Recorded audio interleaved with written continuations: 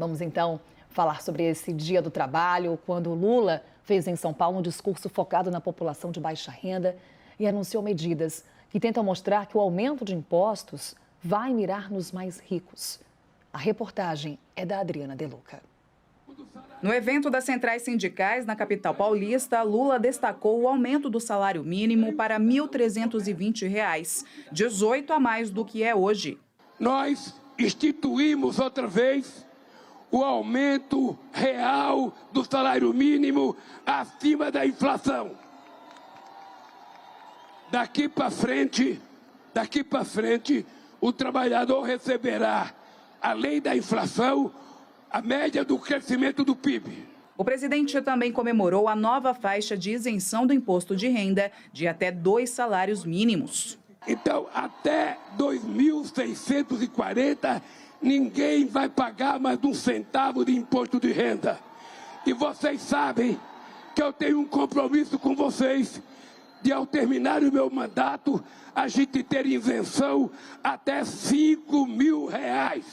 Para compensar a queda na arrecadação, o governo decidiu taxar os rendimentos recebidos no exterior de pessoas físicas. A cobrança é escalonada e chega a 22,5%. Com a medida provisória, a Receita Federal espera arrecadar até 3 bilhões de reais a mais só neste ano. E não à toa, a taxação de investimentos no exterior foi anunciada junto com a isenção maior do imposto de renda dos mais pobres.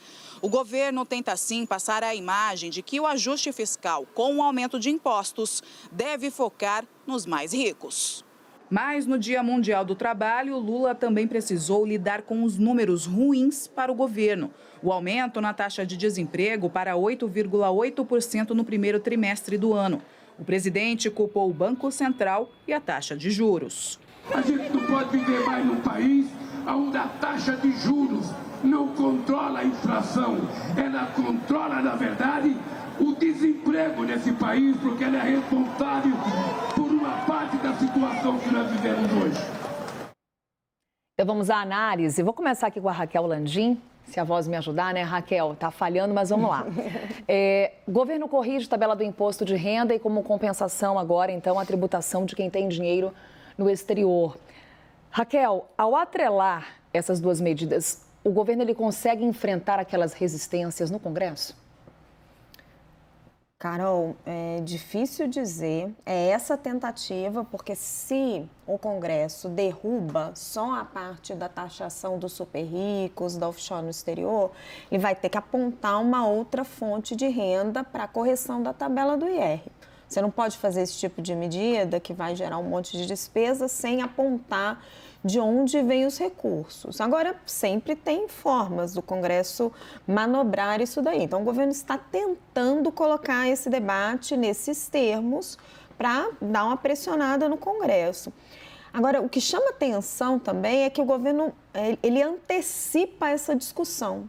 Porque a reforma tributária ela estava prevista para discutir os impostos sobre consumo, num primeiro momento, né, o IVA, o Imposto sobre Valor Agregado, que vai discutir aí um único imposto, acabar com essa guerra tributária, com essa variação de ICMS pelo país e só discutir os impostos sobre a renda no segundo semestre.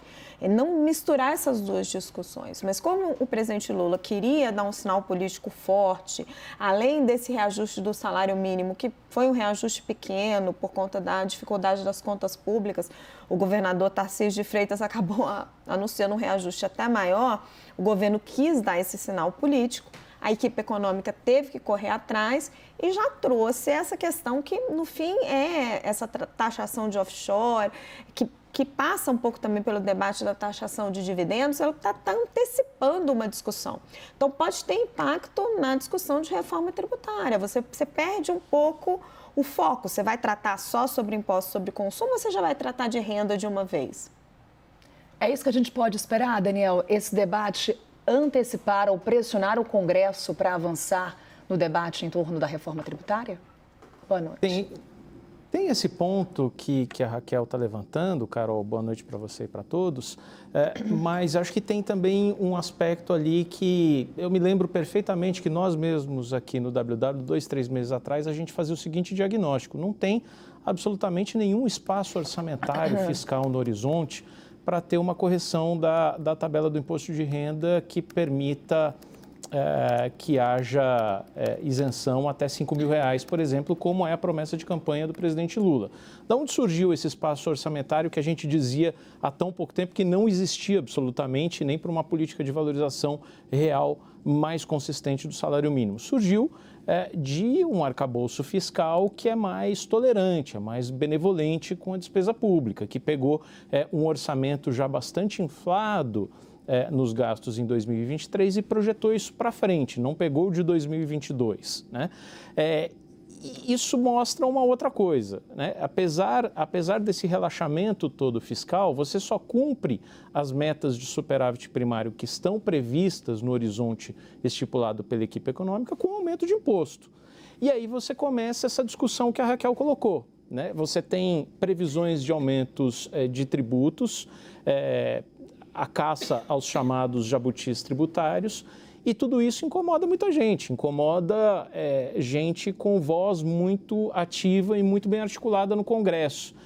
E aí, quando chega no Congresso, a chance disso ser modificado, disso ser freado pelos parlamentares, claro, muito pressionados pelos grupos de interesse, essa chance é muito grande. Então, é por isso que causa um pouco de aflição como é que o governo fechará essas contas. O poder de mobilização dos sindicatos, dos trabalhadores, da classe C, D e E, que é para onde Lula está acenando com os gastos agora, no Congresso, é muito diferente de quem vai precisar pagar a conta com aumento de tributos ou de fim das desonerações.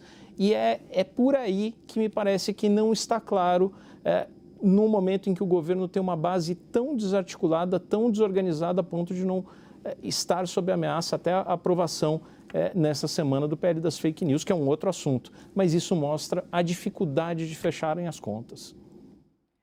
Caio, Daniel fala em desarticulação e a gente lembra que o Paulo Guedes ele tentou emplacar uma reforma do imposto de renda, assim como a reforma tributária, que é um assunto aí que vem se estendendo há anos. Mas com relação ao imposto de renda, o Paulo Guedes tentou levantar essa bandeira porque era uma promessa de campanha de Bolsonaro em 2018. Não conseguiu. Agora seria diferente? Carol, é sempre muito difícil mexer com interesses, vou dizer assim, em português claro, de pessoas ricas no Congresso Nacional. O Congresso Nacional, muito embora seja uma ampla representação da sociedade, costuma ser majoritariamente muito bem representado por, vamos dizer, homens brancos ricos, né?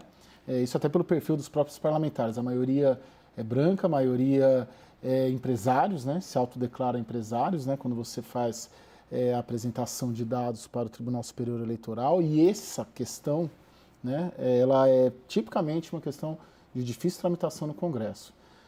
Veio por uma medida provisória, tem essa validade aí de 120 dias, mas é muito difícil a gente prever que vai sair da forma como entrou. Tinha essa previsão desse debate ser, como a Raquel disse, via reforma tributária, que seria uma discussão que o Congresso gosta mais, né? Porque ele não tem validade imediata, eficácia imediata. Então, se um governo que era, vamos dizer assim, alinhado ao pensamento médio, eu digo a equipe econômica do governo passado, tinha um alinhamento em pensamento médio à legislatura passada, o pensamento médio dessa legislatura é o mesmo da legislatura passada, mas o da equipe econômica não, muda um pouco em relação a essas questões. Então, vai ser difícil aprovar, não é algo tão simples, eu não consigo captar isso, né? Essa medida provisória de ontem à noite, mas é o interesse clássico de uma ampla mobilização no Congresso para, no mínimo, alterar a medida provisória durante a sua tramitação. Carol, eu queria levantar um outro ponto que a gente pode ver assim, do esforço que a equipe econômica está fazendo para conseguir viabilizar parcialmente, né, essa promessa de campanha do Lula. Que assim, que a tabela do imposto de renda, da faixa de isenção do imposto de renda, ela está desatualizada, isso aí ninguém discute. Está muito desatualizada, faz muito tempo que isso aí não é corrigido. Agora, o Brasil precisa pensar nas suas prioridades, porque o dinheiro é curto e não é à toa que não se corrige isso, porque é muito caro. Então, quando você vai olhar, por exemplo, que o presidente Lula disse lá no encontro das centrais sindicais, na comemoração do Dia do Trabalhador, eu quero chegar até o final do meu mandato com a tabela em R$5.000, que, aliás, também era promessa de campanha dele e de Jair Bolsonaro, é um número ainda completamente irreal. Hoje, se você conversa com técnicos da equipe econômica, e as estimativas estão aqui, né? Eles têm um impacto fiscal dessas estimativas. Anotei aqui também, Raquel. Você está falando, redução de receita para este ano, 3,2 bilhões de reais, para o ano que vem quase 6, 5,9 e para 2025 6 bilhões. Exatamente. Isso considerando o reajuste da tabela da isenção de R$ 1.900 para R$ 2.600 e poucos reais. Se você jogar isso para 5 mil, essa conta ela pode chegar a 100 bilhões de reais. Assim, e a equipe econômica sequer tem esse cálculo. Ninguém nem calculou ainda.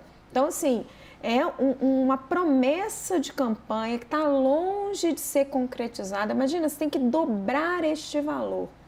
Então, é algo difícil, às vezes, muito difícil, de você conseguir colocar a vontade política dentro da planilha das contas públicas.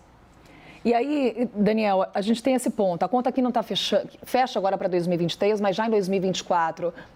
Você tem essa questão da renúncia da receita, ao mesmo tempo que a arrecadação não se mostra suficiente.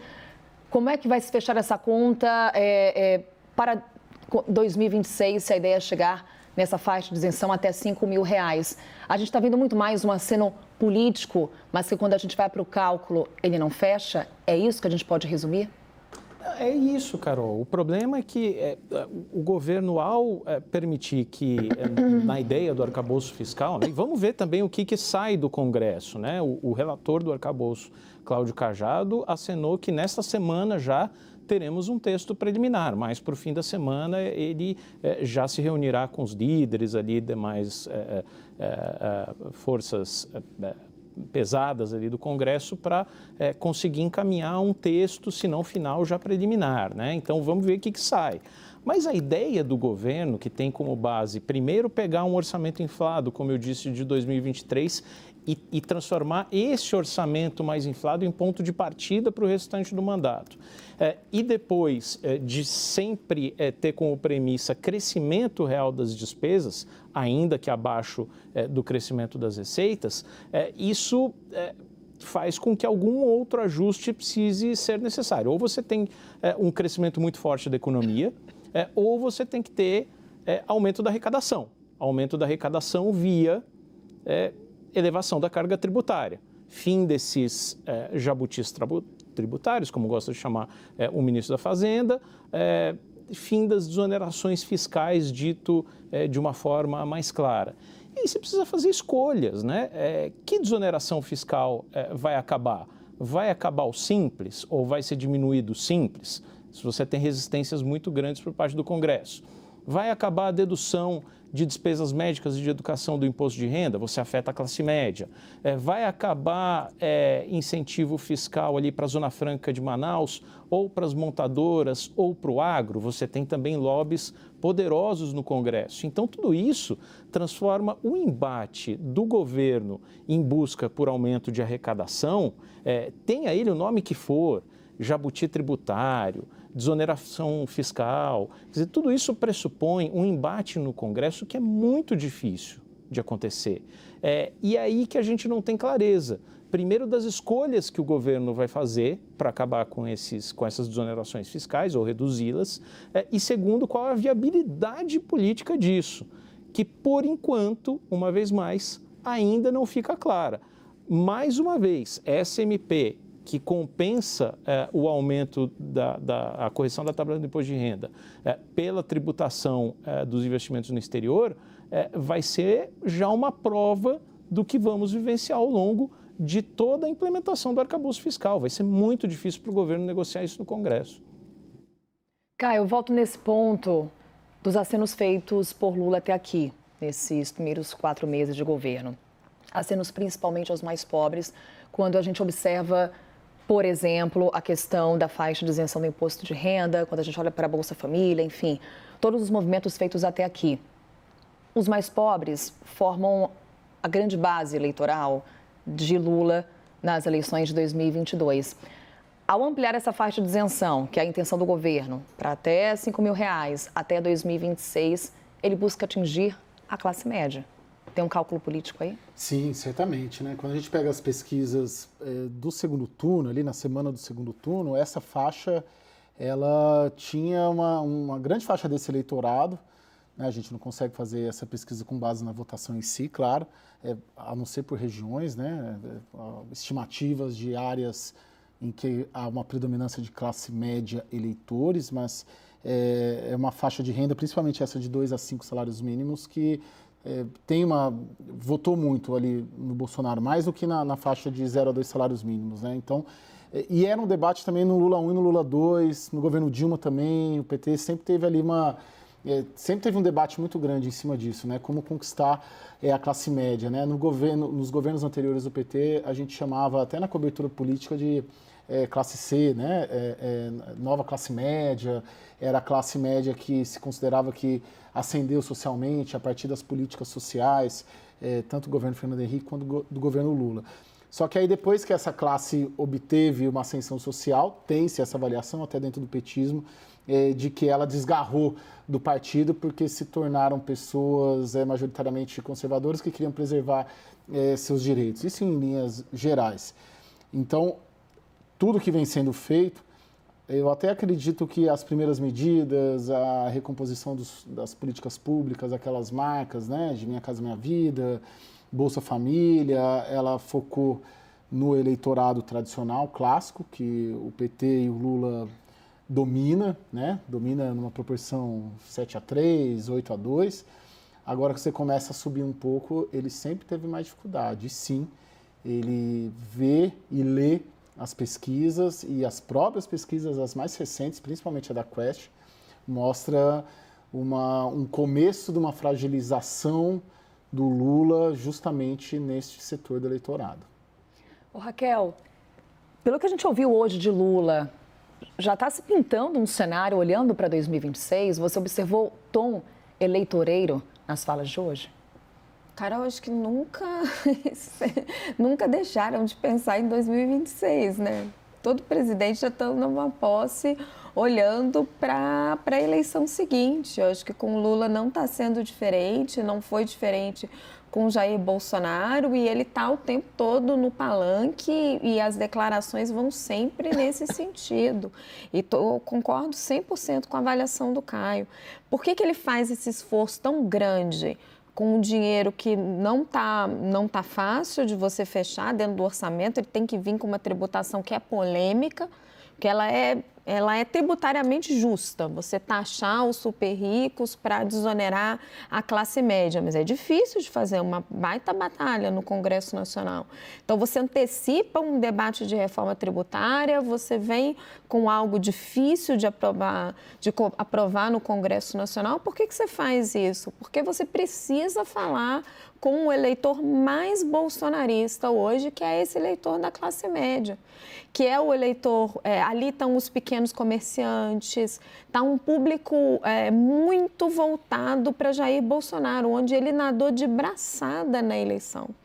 E o Lula sabe que ali é o principal calcanhar de Aquiles dele. Ele está tentando falar com esse público, onde ele tem muita dificuldade.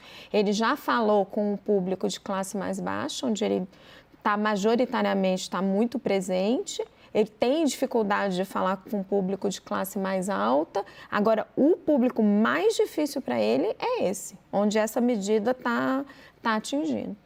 Agora, Daniel, nesse discurso de hoje, Lula bateu em algo que ele vem batendo já há tempos. E aí a gente está falando de juros, algo que interessa não só os mais pobres, mas também uma pauta que está reunindo o setor privado, reunindo empresários. Taxa Selic em 13,75% ao ano. Hoje, mais críticas de Lula. E tem reunião do Copom. Amanhã, na quarta-feira, tendo o resultado aí dessa reunião, se vai manter ou não a Selic, enfim. Até que ponto esse embate com o presidente BC e presidente Lula, com o governo, pode impactar no que vai sair dessa reunião? Veja, Carol, acho que o resultado desta reunião já está contratado, né? Não parece haver nenhuma sinalização, e acho que Roberto Campos Neto já deu a senha nas últimas intervenções de que gostou, achou bom que veio o arcabouço fiscal, mas ainda precisa ver o que sai dele, ainda tem o Congresso, então que ninguém espere uma redução ou viés na próxima reunião do Copom desta semana. A dúvida ali é se esse corte dos juros e o início desse ciclo de queda começa só no quarto trimestre, parece que já não mais. Acho que está se desenhando um cenário em que você terá ali alguma coisa em agosto, talvez julho. A sinalização, vamos ver a sinalização que sai do comunicado e da ata depois, mais adiante, né? Por aí talvez a gente tenha alguma coisa. E é uma agenda em que politicamente o presidente está muito respaldado, né? As últimas pesquisas indicaram que mais de 80% das pessoas concordam com esse discurso, né? Então é muito mais do que a base de apoio do Lula. As pessoas realmente, o eleitorado converge nessa direção de que as taxas estão muito altas e apoiam os discursos feitos pelo presidente e pelo governo. Agora, o que me parece é que houve ali uma série de dados novos ali que permitem ao Banco Central, não nesta reunião, reitero, mas nas próximas, começar a pensar numa sinalização mais clara. O grau de ociosidade da economia está muito pesado, tá? Principalmente na indústria. Índices de confiança empresarial estão muito baixos e pela primeira vez em muito tempo você começa a ver uma certa estabilização das expectativas de inflação, seja para 2023 já conta pouco, mas principalmente para 24 e 25. Elas ainda estão acima das metas? Sim, ainda estão acima, mas elas começam a se estabilizar. A partir do momento que o Banco Central sentir que há esse controle, me parece que está começando a sentir, aí sim a queda dos juros vem.